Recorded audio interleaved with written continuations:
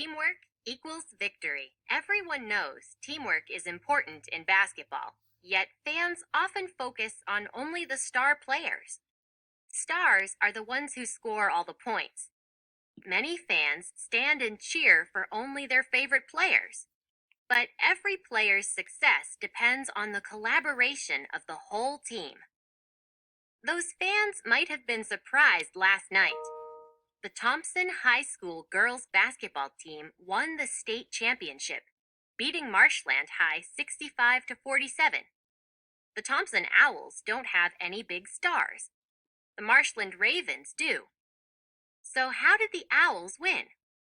Working together was the key.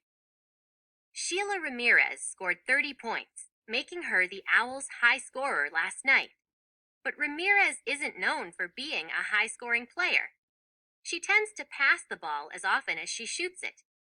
Kate Na of the Owls stole the ball from the Ravens 10 times, passing it to Ramirez or to Haley Sears to score. They had an unstoppable symbiosis. Each player helped the others to be their best.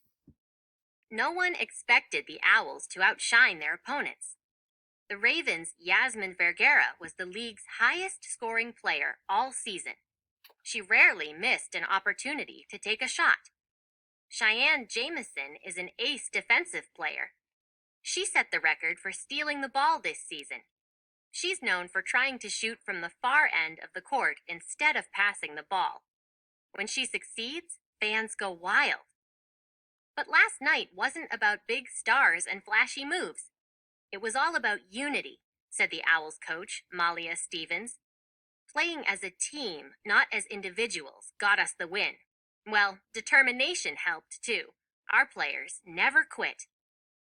The Owls fell behind early. Still, they refused to give up. They figured out how to stop Yasmin Vergara from scoring.